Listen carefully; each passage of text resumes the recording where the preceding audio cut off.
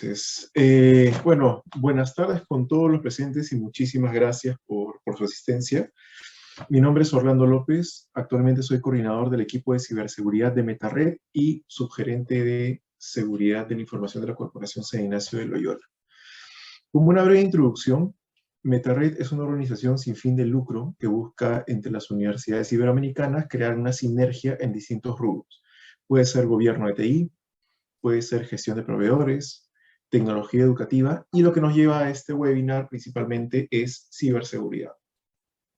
En este equipo nos apoya justamente Silvana Valareso, ella es gerente de experiencia digital en la UPC. El título de este webinar es El camino hacia la ciberseguridad en las universidades peruanas. ¿Y por qué? Nos preguntamos por qué este título. Si aterrizamos a la realidad de la seguridad de la información en las universidades de este país, muchas cosas se nos vienen a la mente, ¿no? Nos hablan de ciberseguridad y lo primero que se nos viene son firewalls, son proxies, anti-spam, N-filtros que podamos implementar, pero usualmente no tenemos una brújula que nos diga hacia dónde debemos dirigirnos. O sea, cuál es nuestro punto de partida, cuál es nuestro horizonte, o cómo hacer match con la estrategia de la organización. Y para aclararnos en este viaje nos acompaña Edson Villar, él es líder regional de consultoría de riesgo cibernético para Marsh Advisory, tiene más de 13 años de experiencia en ciberseguridad y a su vez fue gerente de seguridad de la información en Interbank. Para que todo plan surja efecto, no solo necesitamos tener un presupuesto y tener la voluntad, sino también necesitamos que la alta dirección y los usuarios se involucren en distintos aspectos. Y uno de ellos, lo principal, es el awareness y la concientización. En ese sentido nos acompaña Julia Pineda, ella es coordinadora de ciberseguridad de MetaRed Ecuador, también es máster en seguridad informática de la Universidad de Rioja y el 2019 fue ganadora del premio Cyber Women Challenge. Es una iniciativa de la OEA centrada en el desarrollo de habilidades de ciberseguridad en las mujeres de la industria de las TIC. Y nos va a contar un poco cómo ha sido el proceso de implementación del kit de concientización que tiene MetaRed Ecuador y cuáles fueron las estrategias que se ejecutaron. Para agilizar las presentaciones vamos a dejar las preguntas para el final, ¿ok? Vamos a recabar las preguntas y al final de la sesión vamos a hacer un pequeño recuento de ellas para que tanto Julia como Edson nos puedan ayudar en las respuestas. Sin más ni menos, doy paso a Edson. Edson, dejo el micrófono abierto y muchísimas gracias por tu participación. Gracias, Orlando, y gracias a todos los participantes de la sesión de hoy. Somos un grupo medianamente pequeño, así que con lo cual siéntanse, por favor, en toda la confianza de escribirnos sus preguntas, cualquier duda que tengan. La idea es que esta sesión sea para ustedes y que podamos llevar pues todo el conocimiento que podamos tener, tanto Julia, yo por supuesto, y también Orlando y Silvana también que participan aquí. Entonces, muchas gracias nuevamente y voy a compartir aquí la pantalla para mostrar una pequeña presentación que he preparado para ustedes.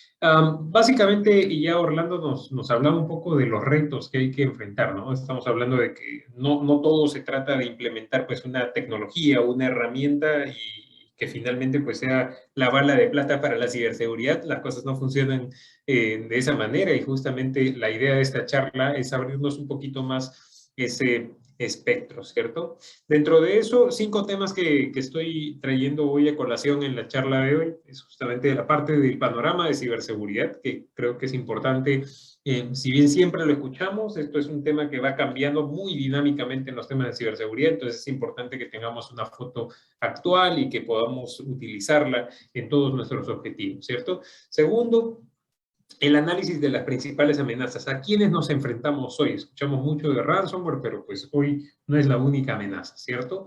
Tercero, el reto de la fuerza laboral de ciberseguridad, y acá nos vamos a enfrentar pues a un tema muy importante del que vamos a hablar hoy en día, y por supuesto un cuarto punto que tiene que ver con la definición de la estrategia de ciberseguridad y qué tenemos que hacer hoy para implementar una estrategia adecuada en nuestra organización. Por supuesto, ya para cerrar unas conclusiones muy rápidamente. Para los que no nos conocen, en Marsh Advisory, o todavía no hemos tenido el gusto de conversar, en Marsh Advisory básicamente nos enfocamos en 9 aspectos claves con el objetivo de ayudar a nuestros clientes. Nuestros servicios van desde temas de estrategia y gobierno, cumplimiento, cultura de ciberseguridad, gestión de riesgos, cuantificación, gestión de riesgos con terceros, el seguro de riesgo cibernético, que es otro tema muy actual, ¿cierto? Temas de desarrollo seguro, por supuesto, seguridad defensiva y ofensiva, y temas de gestión ante incidentes. Pues, para no demorar mucho más, entrando ya en materia, cuando hablamos del panorama de ciberseguridad, pues lo cierto es que vemos que la ciberseguridad y la seguridad de la información siguen siendo un reto crítico a nivel global, ¿cierto? Uno de los reportes donde participa Marsh como uno de los generadores de contenidos más importantes a nivel global es el World Economic Forum y el informe global de riesgos que se presenta año a año, ¿cierto? En el resumen o en el análisis del 2022, algo que podíamos ver es que efectivamente el riesgo cibernético o las fallas de ciberseguridad, como se le denomina, tanto esa como la desigualdad digital, hoy siguen siendo riesgos que aparecen en el mapa como temas muy críticos a nivel global. Algunos de los retos a los que nos enfrentamos claramente es que hoy vemos que el ransomware es uno de los efectos o de las amenazas más críticas, de los riesgos más críticos a los que hoy nos podemos estar enfrentando en las organizaciones. Prácticamente 1 o 2 veces por semana hoy recibimos llamadas de nuestros clientes para ayudarlos, orientarlos en la respuesta ante este tipo de situaciones. Y la verdad es que la situación no es, como le dicen por ahí, una ola de cibercrimen, es más bien un tsunami, ¿cierto? Ha venido para quedarse, está invadiendo y definitivamente por la forma en la que los delincuentes están obteniendo mucho dinero a partir del cibercrimen, han venido para quedarse y el ransomware es una de las maneras más importantes para lograrlo, ¿cierto? Por otro lado, nos enfrentamos a otro reto y es que hoy, bueno, a efectos de este reporte, se detecta que tenemos por lo menos a nivel global un déficit de 3 millones de profesionales de ciberseguridad. Y esto es un tema completamente crítico porque definitivamente para hacer frente a la situación actual tenemos que estar preparados y tener personas preparadas que nos ayuden a soportar las estrategias en nuestras organizaciones. Lógicamente, un tema importante es el comercio digital, que se disparó también como resultado de la pandemia y que sigue creciendo y que seguirá creciendo en los próximos años. Pero un tema relevante también, y es algo en lo que Julia seguramente va a profundizar un poquito más, es la cultura de ciberseguridad.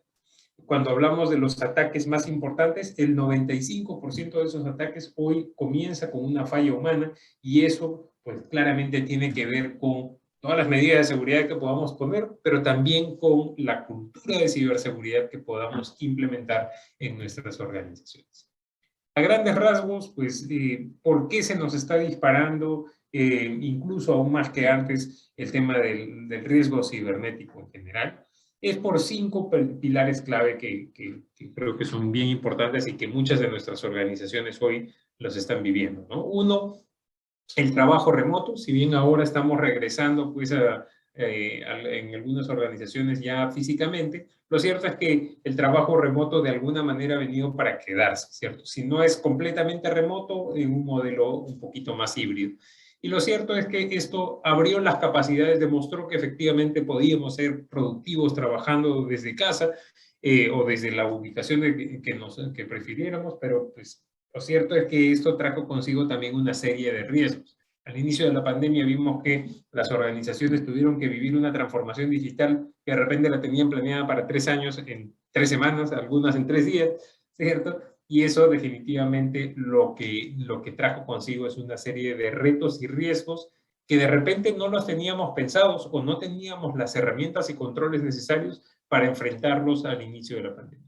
Muchas organizaciones trataron de implementar esas medidas de seguridad, pero todavía hay algunas que no lo han logrado y miren que ya pasó un tiempo significativo. La nube, pues cuando hablábamos, y recuerdo un estudio que presentamos con Microsoft en 2019, todavía la adopción de la nube en Latinoamérica de repente no era tan grande como lo es hoy en día, pero ya en ese momento estábamos hablando de más del 90% de organizaciones encuestadas en Latinoamérica que hacía uso de al menos un servicio en la nube. Hoy, definitivamente, la situación se ha disparado mucho más. La nube ha habilitado muchísimos negocios y el funcionamiento de las organizaciones en estos entornos mucho más ágiles que son los que tenemos hoy en día. Entonces, la nube, la verdad, ha llegado para quedarse. Todavía desde el tema de ciberseguridad hay mucho desconocimiento en el mercado, tanto de los que nos toca implementar los aspectos en la nube como los que nos toca auditar o revisar los niveles de seguridad. Con lo cual, la nube es un punto crítico que los atacantes también están mirando para poder atacar en nuestras organizaciones. El tercer punto tiene que ver un poquito, y me voy a saltar al otro lado, con la sofisticación de los ciberataques, ¿no? Los ciberatacantes, pues estamos viendo que cada día utilizan herramientas más sofisticadas y más agresivas también para lograr generarse rédito. Y ahora vamos a hablar de las amenazas y las formas en las que están generándose dinero también, pero efectivamente los atacantes hoy están haciendo uso de técnicas mucho más sofisticadas.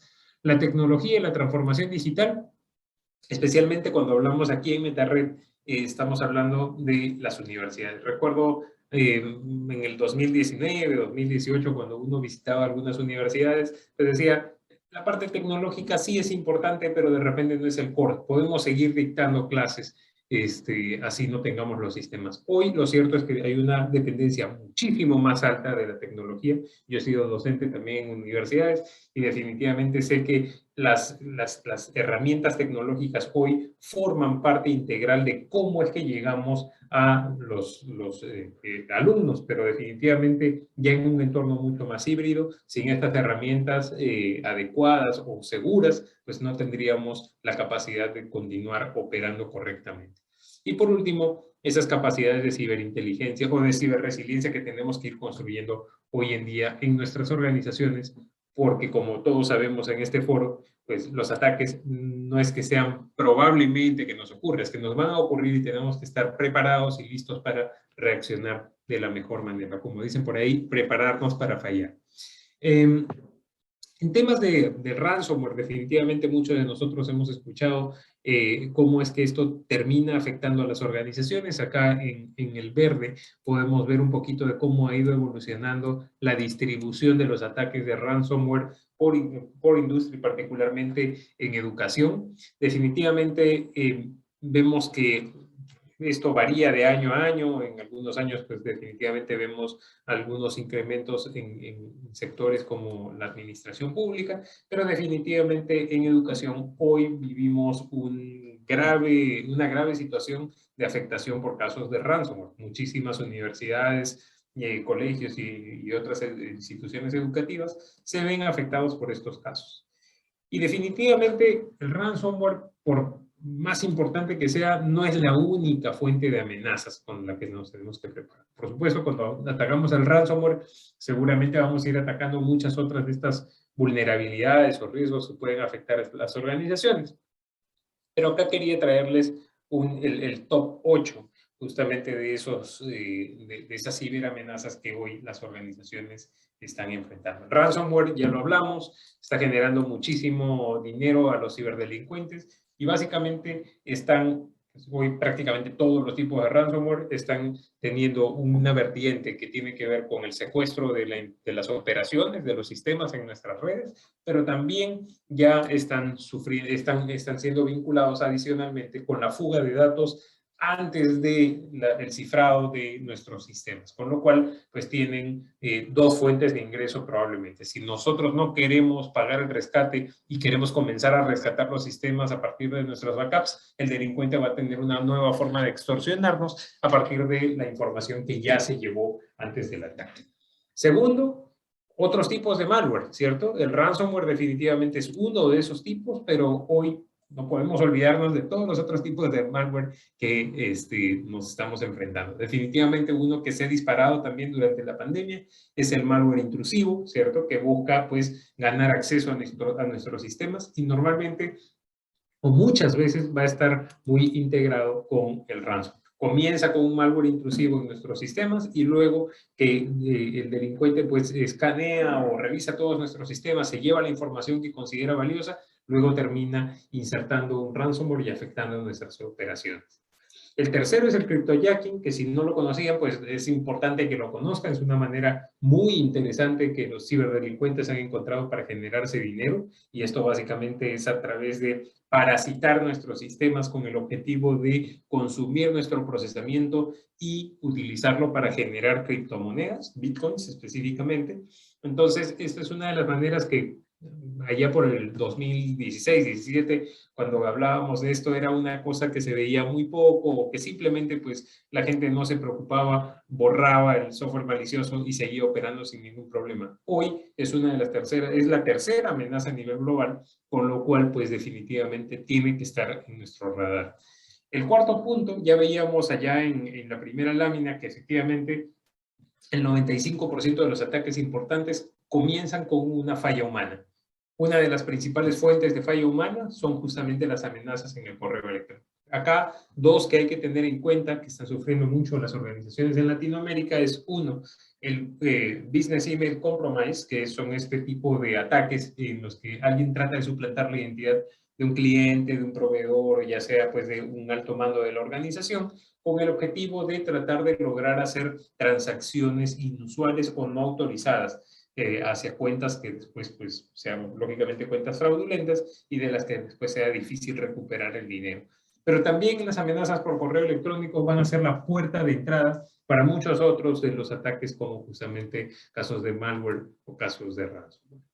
La fuga de información o las amenazas contra los datos, claramente críticas, particularmente en el sector. Ustedes manejan información muchas veces de los alumnos, pero también de los padres, de los apoderados, fuera de la información interna de las estrategias, sueldos, etcétera, que es muy relevante para la organización, y definitivamente ese es uno de los puntos críticos que tenemos que tratar. ¿Cómo estamos identificando, clasificando los datos? ¿Qué medidas estamos implementando para prevenir la fuga de información on-premise, en el cloud, etcétera, ¿no? El sexto punto tiene que ver con justamente las amenazas relacionadas ya con la disponibilidad y la integridad de la información. Séptimo, la desinformación. Y por supuesto el 8, las amenazas no maliciosas. Finalmente, no todos los ataques comienzan por, mejor dicho, no todos los incidentes comienzan por un atacante. Hay muchos incidentes que comienzan por definitivamente algo de descuido o un mal pase de producción, o que no se hayan seguido las instrucciones correctas. Latinoamérica, pues definitivamente es un foco de ataques hoy en día. Ustedes han visto bandas cibercriminales como Lapsus muy activas en la región. Cuando nos tocaba construir este tipo de mapitas el 2019, 2018, era un poco complejo buscar casos importantes, grandes en Latinoamérica. Hoy nos cuesta muchísimo mantenerlo actualizado, y es porque definitivamente, terriblemente, pues muchos de los casos están afectando a las organizaciones en nuestra región, y los delincuentes han encontrado pues un terreno muy fértil para generarse ingresos aquí. ¿Cuál es el reto al que nos enfrentamos? Definitivamente hoy todavía tenemos un nivel de inversión muy bajo en Latinoamérica en temas de seguridad de la información y ciberseguridad. En esta encuesta que emitimos con Microsoft a fines del 2020, algo que veíamos es que aproximadamente el 50% de las organizaciones en Latinoamérica estaba invirtiendo solamente entre el 0 y el 5% del presupuesto de tecnología en seguridad de la información y ciberseguridad. Imagínense la comparación, pues salvando distancias, estamos construyendo Ferraris sin cinturón de seguridad, ¿no? Entonces, estamos hablando aquí de situaciones en las que de repente no estamos llevando o enfocando adecuadamente las inversiones para proteger toda esa transformación digital que estamos realizando en nuestras organizaciones.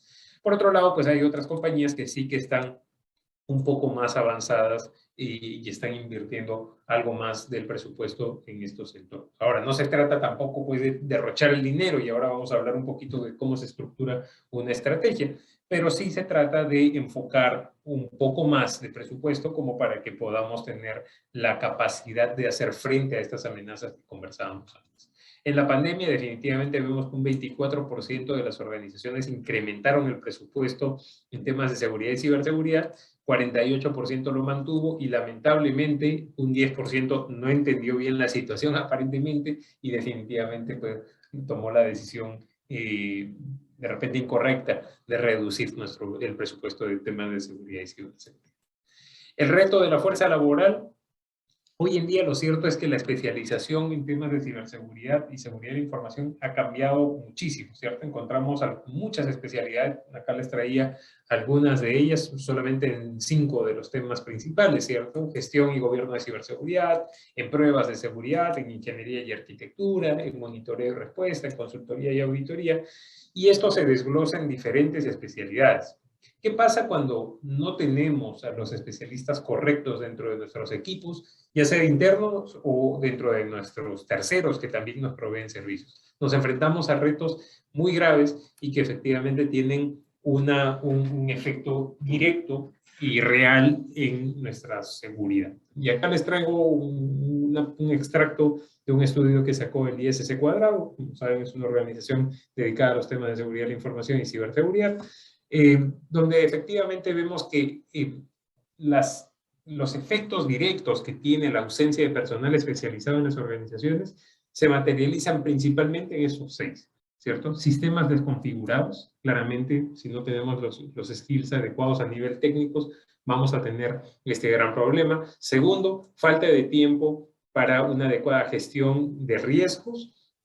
Tercero, un tiempo muy lento para la implementación de parches críticos. No entendemos realmente la criticidad y no sabemos cómo llevar eso a cabo en las organizaciones. Y esto es algo con lo que nos enfrentamos en muchísimas organizaciones hoy todavía en Latinoamérica, pero también en el resto del mundo. Supervisión en los procesos y procedimientos de cada tema de seguridad y ciberseguridad, la falta de la habilidad justamente para estar al tanto de las nuevas amenazas que están ocurriendo en nuestros sistemas, en nuestras redes, y definitivamente los despliegues apurados, acelerados, sin tener todas las medidas de seguridad implementadas.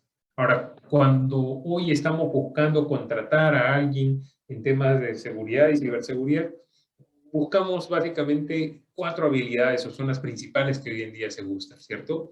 Las capacidades justamente o las habilidades relacionadas a la resolución de problemas. Segundo, que la persona tenga ese nivel de curiosidad para seguir siempre aprendiendo y mantenerse actualizado.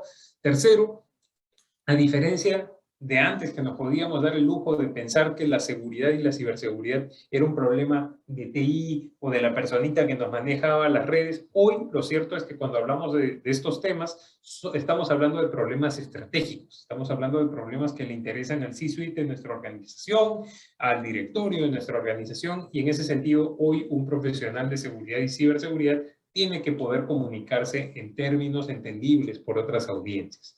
Y definitivamente en el cuarto punto encontramos estas capacidades de pensamiento estratégico, ¿cierto? Ya no podemos pensar en resolver el problema poniéndole una curita, una bandita, sino realmente tenemos que pensar en cómo resolvemos el problema y cómo vamos avanzando en los próximos años. En temas de la definición de la estrategia, algo que vamos a encontrar es que definitivamente en nuestras organizaciones tenemos que implementar una estrategia de una manera ordenada, estructurada. Este caminito justamente resume el camino que tenemos que seguir para implementar dicha estrategia, ¿no? Primero, nuestra organización tiene que reconocer la necesidad, y para eso Orlando mencionaba algo que es muy importante. Esto tiene que ser comprado por la alta gerencia. Tiene que entender la alta gerencia que esto es parte de cómo mejoramos un riesgo que puede generar una afectación organizacional. Ellos son parte también de la estrategia de ciberseguridad y definitivamente necesitamos su apoyo y su participación para llevar a cabo esto. Segundo, tenemos que hacer una evaluación de nuestra situación actual. Muchas veces encontramos proveedores que vienen a pasarnos un checklist y de eso no se trata. Cuando hablamos de evaluar nuestra situación actual, necesitamos entender dónde estamos hoy, de repente frente a un marco de referencia, pero también entender cuáles son esos principales riesgos para nuestra organización. Y tercero, entender hacia dónde quiero ir en mi organización. No todos tenemos que implementar todos los controles que tiene un banco, no todos tenemos que implementar todos los controles que tiene una organización que de repente es la que lleva la vanguardia en temas de ciberseguridad. Nuestras organizaciones tienen que mitigar sus riesgos y generar o permitir que la organización cumpla sus objetivos. Entonces, el siguiente punto tiene que ver con eso. Tenemos que definir una estrategia de ciberseguridad, ¿cierto? O de seguridad de la información que esté alineada a los objetivos de la organización, pero por supuesto enfocada también en mitigar esos riesgos principales y mejorar nuestros niveles de madurez. Es así como tenemos que estructurar una estrategia adecuada de seguridad y ciberseguridad. Esto, por supuesto, trae consigo la definición de toda la base de gobierno, donde vamos a encontrar políticas, procedimientos, estándares y, por supuesto, algo que hoy ha cobrado muchísima relevancia y es cómo reportamos esto de una manera que sea entendible. Y eso se hace a través de métricas e indicadores de seguridad. Estas métricas e indicadores tenemos que dividirlas, si quieren. La parte que nosotros, como responsables de seguridad, tenemos que leer, entender, que sería algo un poquito más operativo, más táctico, y la parte que vamos a reportar a la alta gerencia, que tiene que ver con unos indicadores un poco más estratégicos. Luego nos toca, lógicamente, pues implementar esos controles que van a ir a mitigar los riesgos, pero también hoy en día hablamos, y ya lo mencionábamos hace un ratito, acerca de las estrategias de transferencia del riesgo. Y es que hoy muchas de nuestras organizaciones no solamente tienen que confiarse en mitigar los riesgos, porque efectivamente igual vamos a seguir siendo víctimas, sino también tenemos que pensar que nuestras organizaciones tienen que contratar un seguro para poder transferir ese riesgo si es que esos efectos se materializan. Después, el monitoreo y la gestión y operación, por supuesto, los controles de seguridad que estamos implementando en nuestra organización. Y finalmente, otro tema que es completamente relevante es cómo nos encargamos que alguien, un externo o una tercera línea de defensa, venga y revise los controles para asegurarse que efectivamente se están implementando y están operando de manera correcta. Marcos de referencia. Los marcos de referencia, nuevamente, no se busca que nuestras organizaciones cumplan un checklist.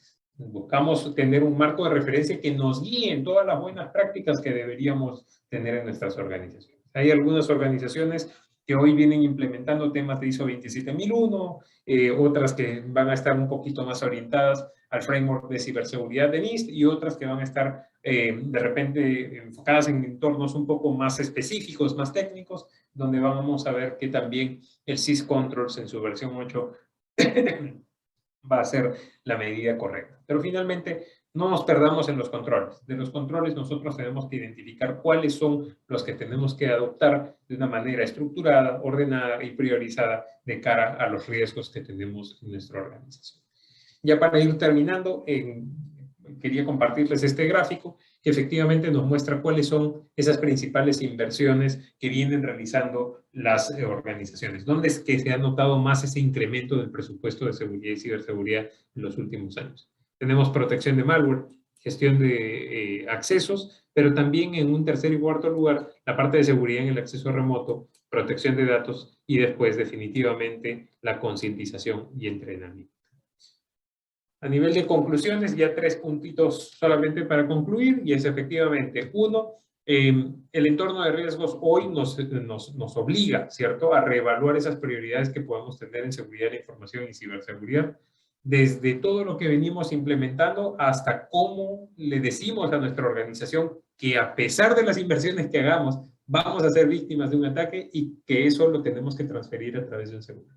Segundo, la estrategia de ciberseguridad integral tiene que consistir en qué, en cómo me preparo, ¿cierto?, para enfrentar una de estas amenazas, cómo detecto una de estas amenazas en mis sistemas, y tercero, cómo respondo ante un ciberataque o una cibercrisis. Y para esto, pues tenemos que trabajar en temas de personas, importantísimo, y ahora vamos a explorarlo un poquito más en tecnología, en procesos, y definitivamente nuestros terceros no pueden ser la puerta de acceso hacia nuestros sistemas o hacia nuestros datos. Y el tercer punto es que efectivamente se requiere personal especializado, conocimientos claros y definidos, y para eso tenemos que traer a la gente correcta, pero también mantenerla actualizada y capacitada para hacer frente a estas amenazas. Eso básicamente es lo que les quería comentar hoy, y ahora sí le cedo la palabra a Orlando de nuevo. Disculpa, Orlando, que me pasé unos minutitos. No te preocupes, muchísimas gracias, Ed. Son sumamente enriquecedora la exposición. De verdad que hay unos... la analogía del Ferrari me pareció espectacular. Yo utilizaba esa analogía diferente, pero ya ahora te voy a copiar. Disculparás, voy a hacer voy a robar derechos de autor. Hay unos puntos muy interesantes en lo que comentabas, ¿no? Sobre todo en la desigualdad digital. Eso es algo que nos golpea como país, y lo podemos ver sobre todo en el sector de educación, ¿no? En las zonas tan vulnerables que no tienen ningún tipo de acceso a medios digitales y que es tan complicado, y que esta brecha digital se hace tan grande y tan complicada a la vez. También unos términos muy importantes que menciona, sobre todo los controles, ¿no? Los controles, y para poner a todos en contexto, yo cuando entro al mundo de ciberseguridad, yo cuando escucho la palabra control, para mí era medición, control indicador, control medición. Más adelante me doy con la sorpresa de que control justamente son contramedidas a ciberataques, ¿no? O contramedidas para poder tapar huecos de seguridad.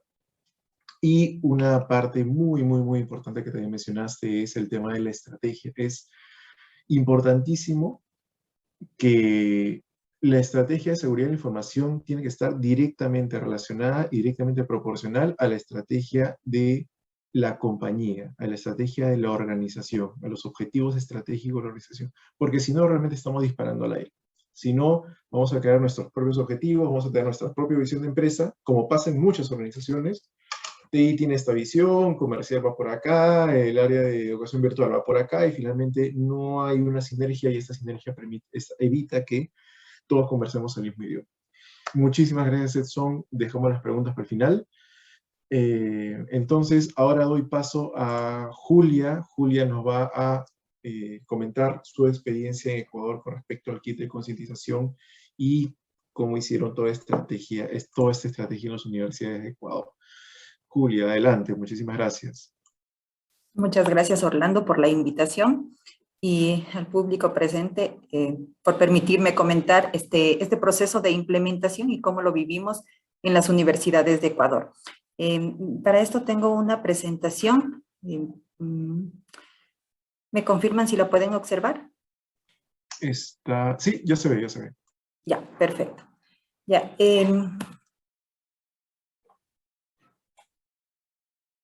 ya, previa a comentarles la experiencia que tuvimos en MetaRed Ecuador respecto a la implementación de este kit de concientización, quería recordar unos temas. Uno de ellos es estos pilares que tenemos dentro de la ciberseguridad, que son los procesos, la tecnología y las personas.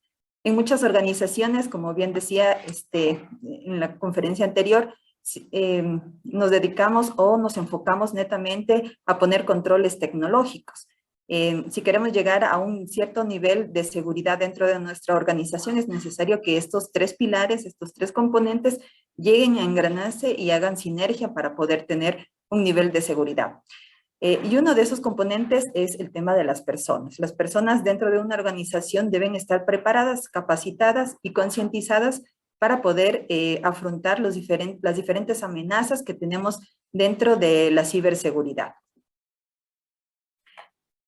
Por eso mismo, cuando MetaRed Global nos comentó de que se tenía el kit de concientización de ciberseguridad, donde ya estaba armado, planificado, todo un paquete de temáticas que podrían ser aprovechadas por las universidades, vimos un punto de oportunidad para que nosotros podamos elevar a ese nivel de seguridad dentro de las personas, de este componente personas.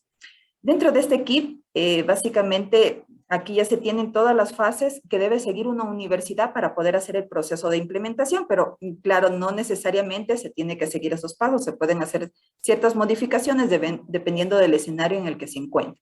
Entonces, el kit nos decía que vamos a tener una fase de ataques dirigidos a través de una herramienta que es Hostfish, a través de ficheros maliciosos, una tercera fase de distribución de material digital, una cuarta fase de procesos formativos y luego finalmente un ataque dirigido y unas encuestas de satisfacción.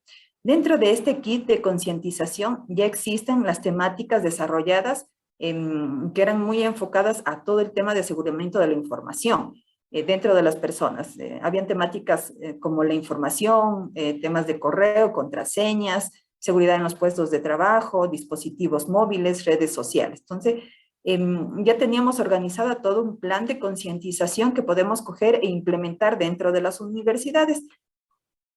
Entonces nosotros, viendo esa oportunidad, nos planteamos un objetivo como MetaRed Ecuador, y era realizar un proceso de concientización en las universidades del Ecuador, ejecutando un programa formativo unificado midiendo el nivel de concientización de los miembros de las comunidades universitarias mediante ataques dirigidos.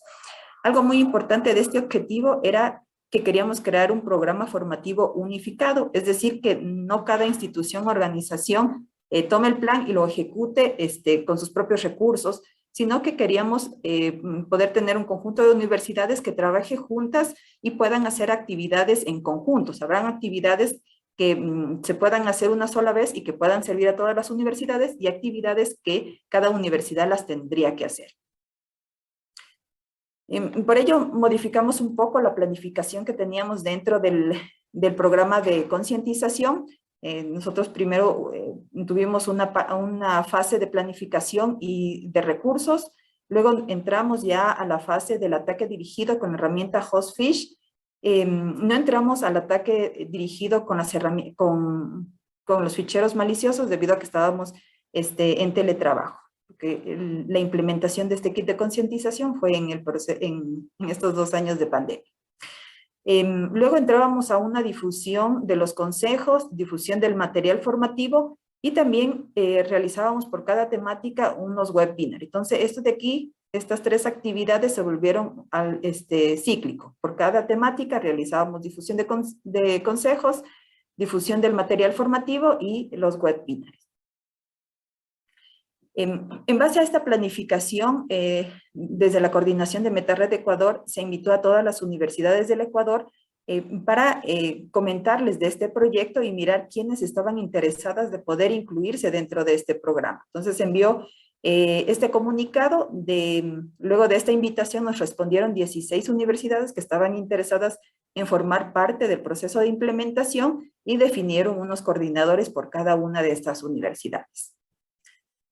Luego de haber tenido la respuesta de las universidades, convocamos a una reunión para poder explicar la planificación que se tenía y cómo nos estábamos organizando para poder realizar este proceso de implementación de manera unificada entre las universidades. Entonces, uno de los puntos que se les comentó justamente fue la organización que íbamos a tener. Por un lado, íbamos a tener la coordinación de la implementación del kit de concientización, en el cual se iba a encargar de montar toda la infraestructura para los ataques dirigidos, la infraestructura, el software y todo lo necesario para poder cumplir con esta primera fase. También realizar algunos ajustes en el material digital de concientización para añadir los logos de cada institución y que ese material se lo sienta propio dentro de cada universidad.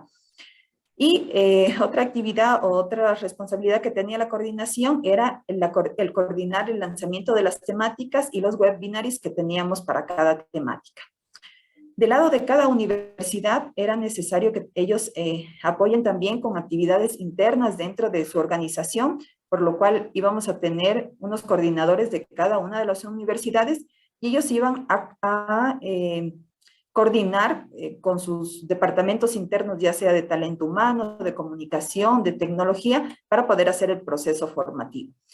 Entonces ellos tenían ciertas responsabilidades, como darnos los insumos para poder realizar los ataques dirigidos, que los voy a comentar más adelante, y obviamente hacer todo el proceso de difusión del material formativo y los consejos que se tenía dentro del plan de concientización. Otro de los puntos, y que era parte de la organización, teníamos 9 temáticas que debemos difundir, y obviamente por cada temática íbamos a hacer un webinar, entonces necesitábamos 9 expositores. Se pidió igual colaboración a cada una de las universidades y vimos una reacción muy positiva a esta convocatoria, y muchos internamente decían, yo te puedo ayudar, yo lo puedo hacer. Entonces logramos que cada universidad ponga un representante para cada uno de estos webinars que íbamos a tener mensualmente.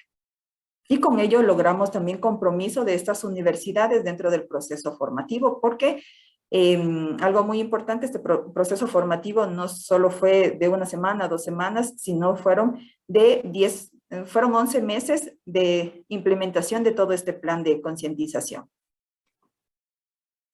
Luego de haber tenido la organización, saber qué universidades van a participar, tener los conferencistas para cada webinar, iniciamos ya el proceso o la fase del ataque dirigido. Entonces aquí nos ayudó CEDIA con todo el proceso de implementación, de configuración de la herramienta y de generación de este ataque dirigido. Algo muy importante es que cuando ya llegamos a esta fase, al inicio teníamos 16 universidades que dijeron, sí, nosotros queremos participar, pero cuando ya se les pidió el trabajo, digámoslo así, para poder ejecutar la fase del ataque dirigido, solo llegamos a tener 3 universidades más CEDIA que nos estaba apoyando. Entonces, a estas 8 universidades se les pidió para poder hacer el ataque dirigido que definan su objetivo al cual se iba a lanzar este ataque dirigido, que eran 100 empleados. Se les pidió ahí ciertas características de estos empleados, que sean personal que esté trabajando junto a la alta dirección, docentes, secretarias de las titulaciones o de las carreras, que sea enfocado este ataque dirigido a esas personas que sabemos que están trabajando con información sensible o crítica dentro de las instituciones. Otro insumo que se les pidió también a las universidades es, por lo general, cuando se tiene un ataque dirigido dentro de una organización, el atacante, previo a ese ataque, haya logrado obtener una cuenta válida de la organización y a través de esa lanzar un phishing, por ejemplo, un correo fraudulento. Entonces, lo que quisimos simular también es de que sucedió eso antes de lanzar el ataque dirigido, por lo cual les pedimos a las universidades que nos ayuden con una cuenta válida, simulando que va a ser una cuenta comprometida dentro de cada una de las instituciones. Una de las cosas que cuando hablábamos con CEDIA internamente, nos decía lo más difícil de todo este proceso del ataque dirigido no fue la implementación de la infraestructura, no fue la configuración de la herramienta, sino es el mensaje que íbamos a enviar, el correo ficticio, el correo de phishing que íbamos a simular hacia las 8 universidades. Entonces, en este proceso se vieron ciertas características que eran importantes, que deberían estar dentro del mensaje del correo que se iba a enviar, y era que este mensaje supuestamente venía de una autoridad de la universidad, en este caso era el rectorado.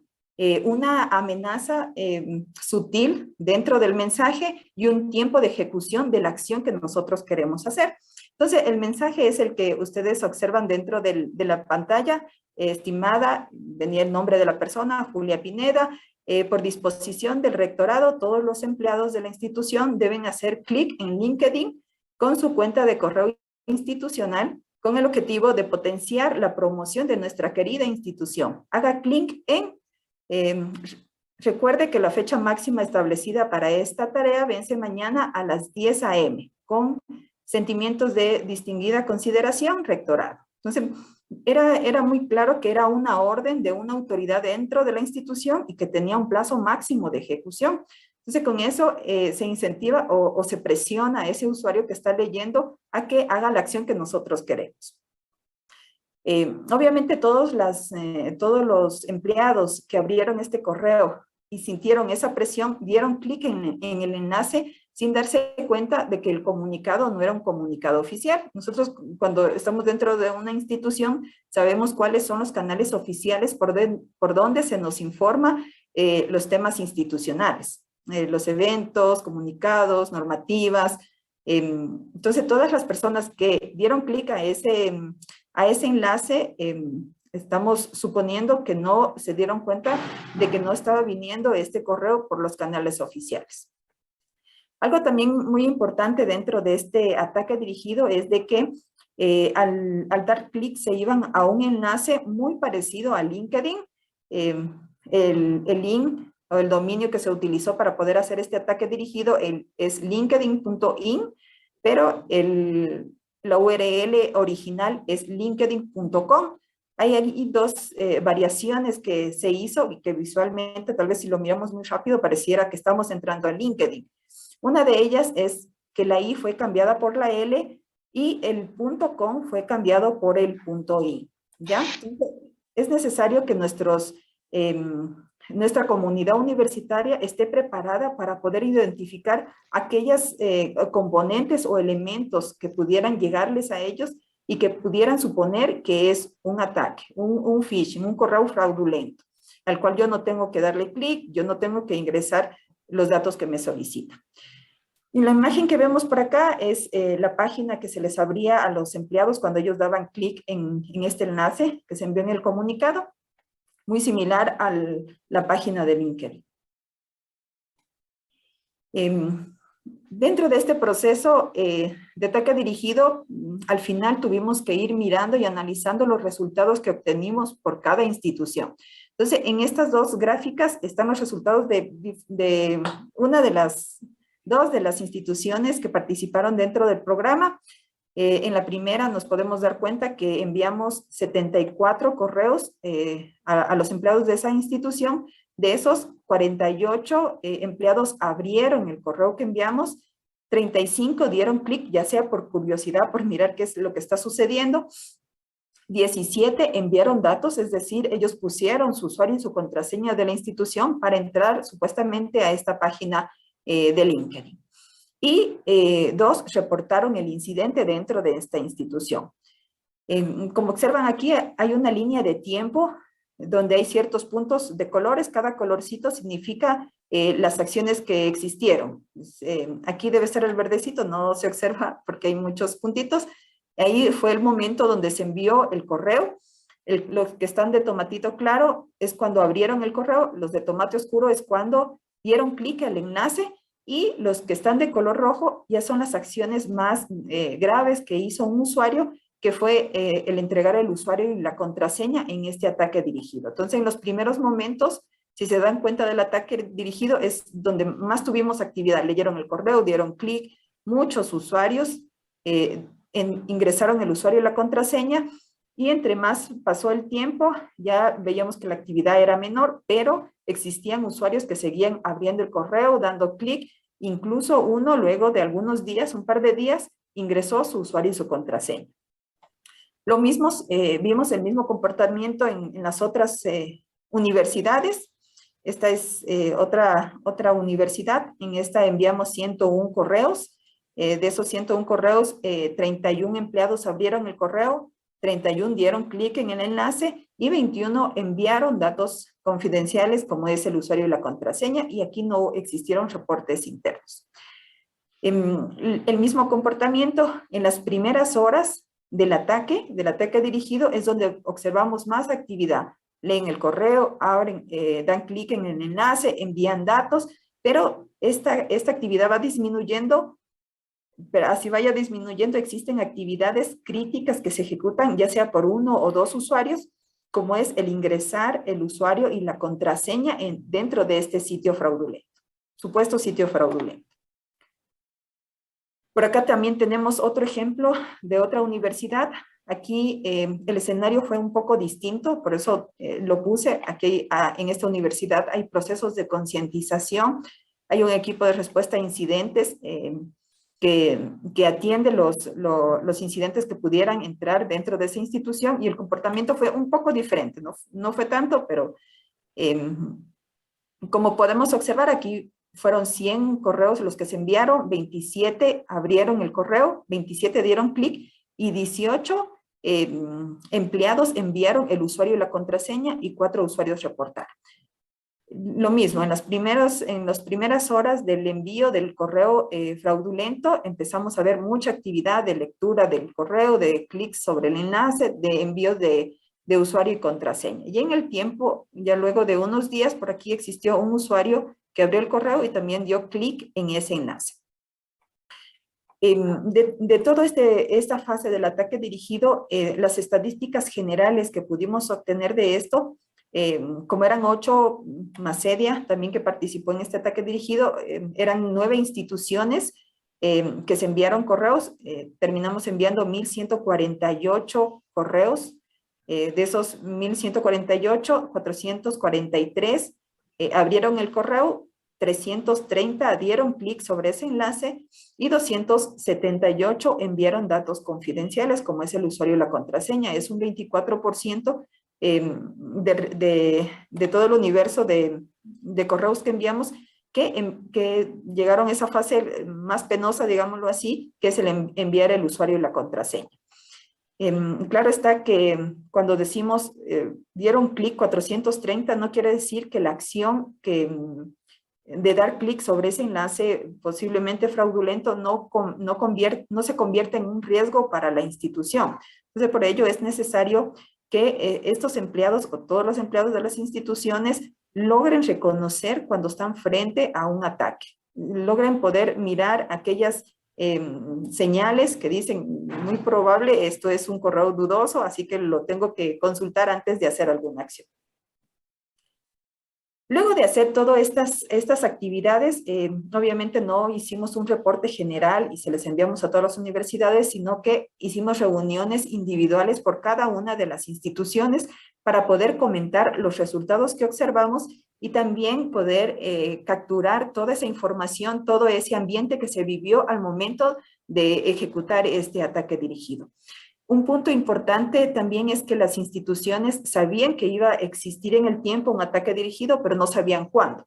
Ellos ya pasaron el listado de sus empleados, esta cuenta ficticia, pero no sabían en qué momento se iba a dar este ataque dirigido.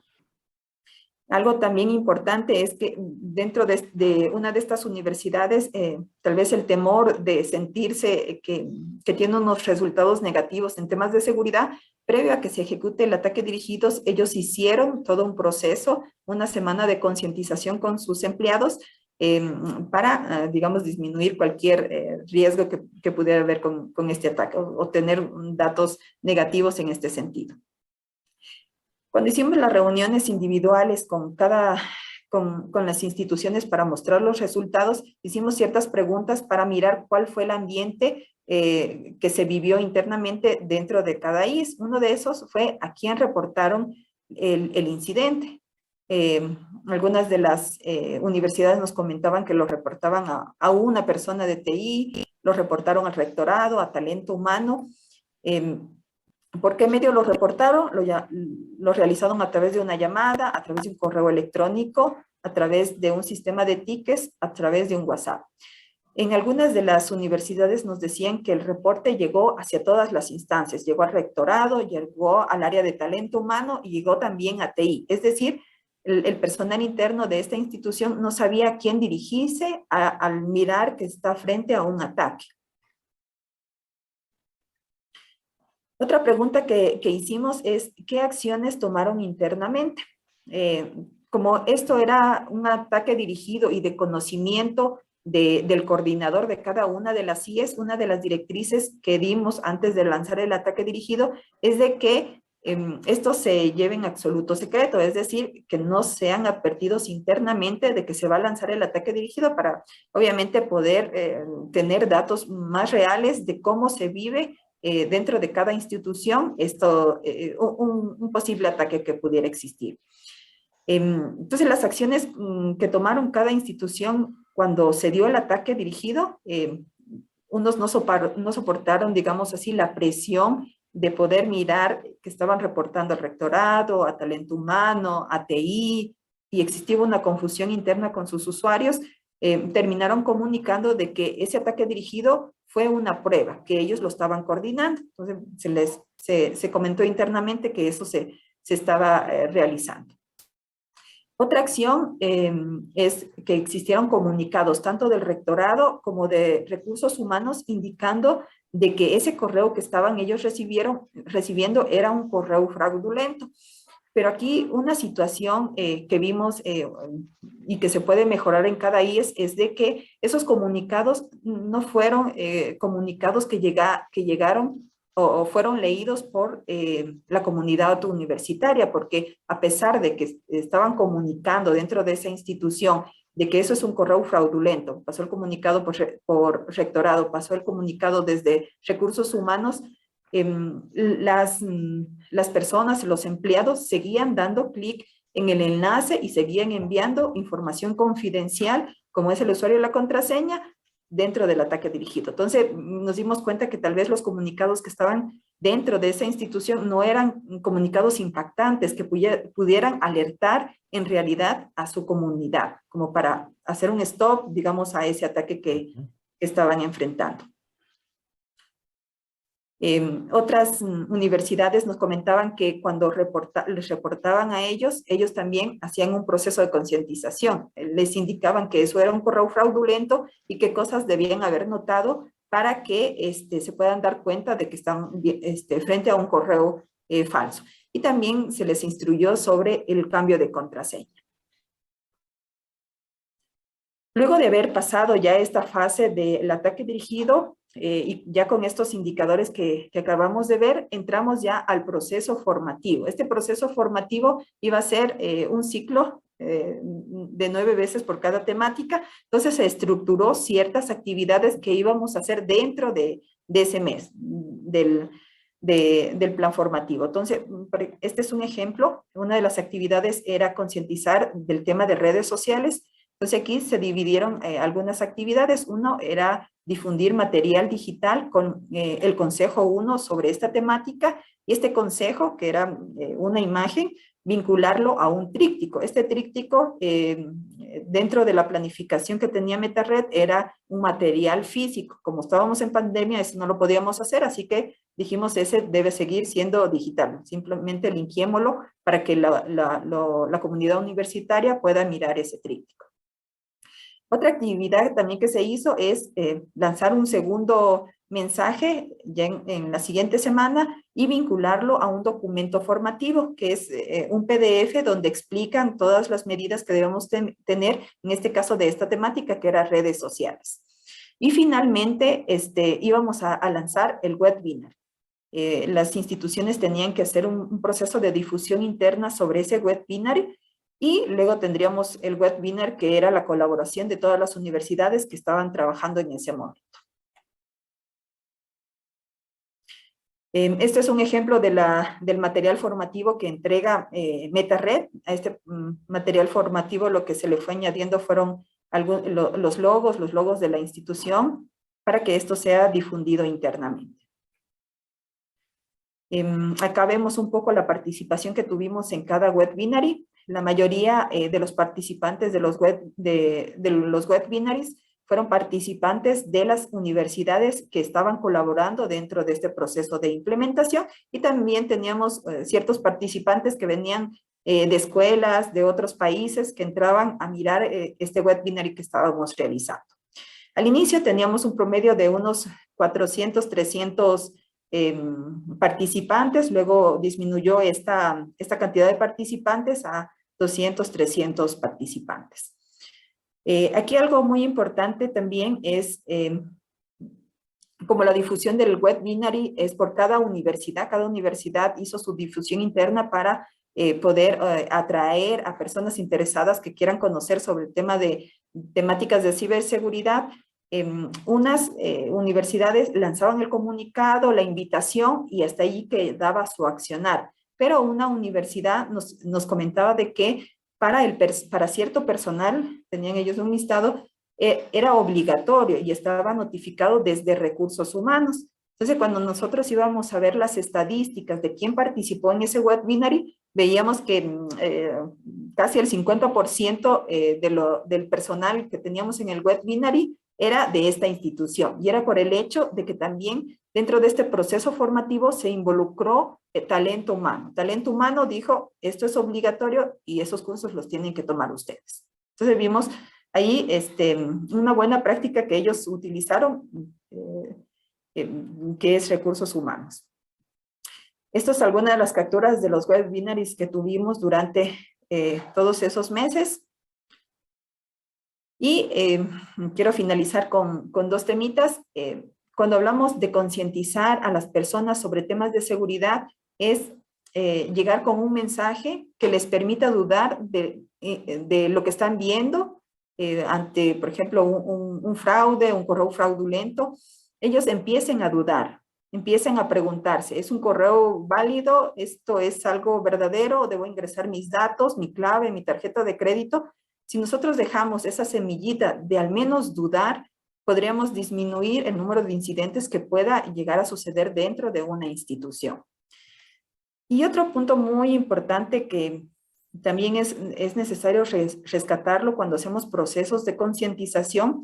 Como vieron, fueron 8 universidades más serias los que participaron dentro de este proceso de concientización y digamos, hubiéramos esperado mínimamente 100, 200 personas, tal vez por cada institución, pero la realidad no fue eso. Tuvimos 400, 300 y 200 participantes en los diferentes webinars. A pesar de que no hayamos logrado el 100% de los empleados que estén dentro de estos webinars, quedó una semillita en al menos uno de esos participantes. Y ese participante que estuvo en ese webinar adquirió conocimientos, buenas prácticas de seguridad que bien podría estar transfiriendo a su compañero con el que está trabajando al lado o con el que siempre está interactuando en su vida laboral y poder crear así un efecto multiplicador. Yo concienticé a una persona, esta persona está dentro de un departamento. Y en este departamento él está hablando sobre los temas de ciberseguridad, sobre las cosas que se hablaron en ese webinar y que tal vez le causó impacto, porque tal vez en algún momento lo vivió. Entonces lo va a estar conversando y vamos a crear así un efecto multiplicador, de que esa semillita que yo puse también se vaya colocando en otras personas con las que él está trabajando. Y obviamente cuando hablamos de concientización no es una acción única, es decir, terminé el plan de concientización y hasta ahí se cerró y ya tengo mi personal concientizado, ¿no?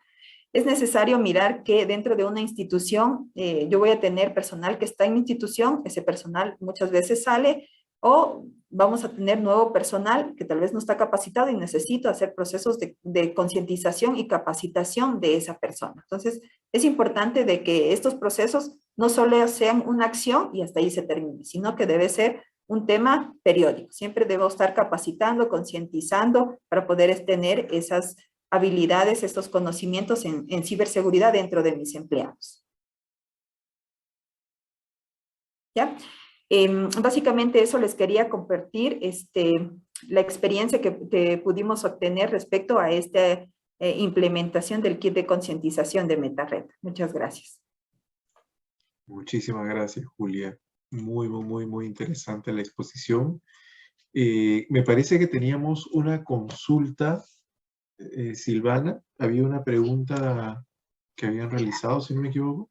Acá tenemos una pregunta de Robert Legua, que pregunta, ¿por dónde iniciar para medir el grado de madurez de ciberseguridad? Yo tomo esa pregunta, Silvana Orlando. Correcto. Sí. Bueno, Robert, gracias por la pregunta. Efectivamente, el tema de la medición del grado de madurez es, si queremos comenzar a medir nuestro grado de madurez como organización, lo primero que tenemos que hacer es tomar un marco de referencia, ¿no? Entonces, un marco de referencia, muchas organizaciones están utilizando ISO 27001, otras están utilizando NIST, otras están utilizando CIS, pero lo importante es tomar un marco de referencia que sea importante para nuestra organización. Normalmente, si queremos tener un benchmark importante a nivel global, mi recomendación es no tomemos el marco de referencia de algún proveedor, sino más bien tomemos un marco estándar que nos permita compararnos con otras organizaciones. Eso por un lado. Lo segundo es por dónde queremos enfocar esa evaluación de madurez. Si es que queremos enfocar la evaluación de madurez a nivel cross de la organización, donde efectivamente vamos a hablar de los controles en general, o si es que queremos tomar como base algunos activos de información o servicios críticos para nuestra organización. Entonces, queremos evaluar nuestro nivel de madurez, pero tomando como base de repente los activos más importantes o de los procesos más importantes, o de repente si queremos tomar como base quizás algunos de los canales que tenemos de atención a nuestros usuarios y algunos sistemas en el back. Entonces, básicamente es, si queremos comenzar a medirnos, primero entendamos cuál sería el marco de referencia, recomendado un marco de reconocimiento internacional. Segundo, pues definamos el alcance de la medición. Y tercero, comencemos a hacer la medición recomendable, que lo haga un tercero, lógicamente, porque finalmente nos va a dar también ese tinte externo, esa acidez que necesitamos en la evaluación. y que luego nos permita, lógicamente, tener también un resultado muy palpable. ¿Qué más? El plan de acción que salga como resultado de esa evaluación de madurez, nuevamente, no solamente tomemos como referencia la evaluación de madurez como tal, sino también que ese plan de acción que salga esté alineado con los riesgos que para nuestra organización son importantes y, por supuesto, que esté en línea también con los objetivos estratégicos. ¿Sí? Eso como respuesta a la pregunta.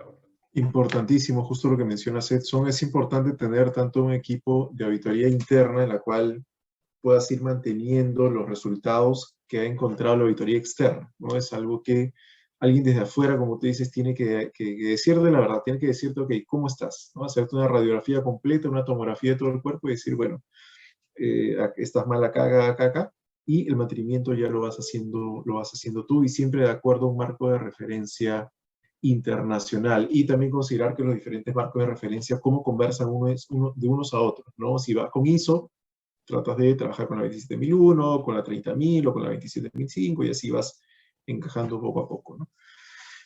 Otra consulta, me parece que hay.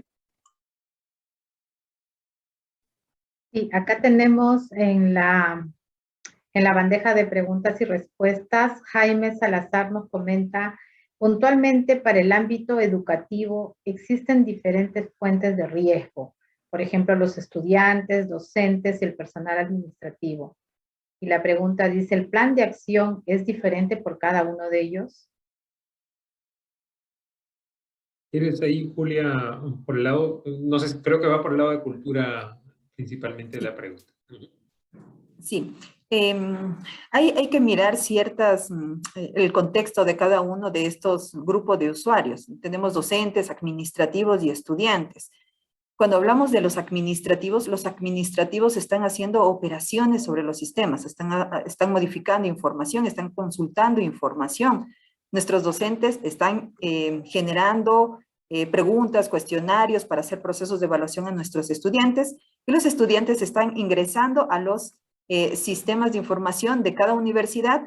Entonces, su contexto y actividades que desarrolla cada uno es diferente. Entonces, es muy importante poder lanzar mensajes o procesos de concientización muy dirigidos a cada uno de ellos. Por ejemplo, si vamos a los administrativos, tenemos que ponerles escenarios muy claros que dentro de su vida cotidiana lo pueden estar viviendo, y establecer buenas prácticas sobre esa información, sobre esas manejo que hacen sobre los sistemas. Entonces, sí, debemos enfocar los planes de concientización dirigido a cada uno de estos grupos de usuarios. Algo también importante, habrán temáticas que son muy generales, digámoslo así, que lo podemos lanzar directamente a toda la comunidad universitaria, independientemente de su rol. Por ejemplo, algo muy importante y que al menos yo lo sigo viendo como un punto flaco es el uso de las contraseñas para nuestros estudiantes, para los docentes y para los administrativos. Hay malas prácticas que aún seguimos viendo dentro de las organizaciones y es importante hacer procesos de concientización, y ese es un tema general que no necesariamente solo lo tengo que enfocar a los estudiantes o los administrativos, pero sí hay escenarios en el que sí, debo poner más énfasis a ciertos grupos. Y solamente complementándote ahí, Julia, efectivamente, y dentro de esos mismos grupos hay subdivisiones, ¿no? Por ejemplo, algo que nosotros vemos muchísimo es que, en el caso de la universidad, ¿no? Estamos hablando de los administrativos, pero no es lo mismo hablar del área de marketing que el área de recursos humanos, que del área de contabilidad. Cada uno te va a presentar un reto bien diferente y lo que es importante para uno y lo protege, el otro no. Entonces, incluso dentro de las mismas áreas, efectivamente podemos encontrar esas diferencias, ¿no? Perfecto. Perfecto. Creo que Muchísimas gracias. ya no tenemos, por acá hay una que nos deja Luis en el chat. Nos dice, en mi proceso de concientización, muy similar al de ustedes, mi mayor reto fue captar la atención de los estudiantes. Tuve que cambiar el contenido y dirigirlo a ellos.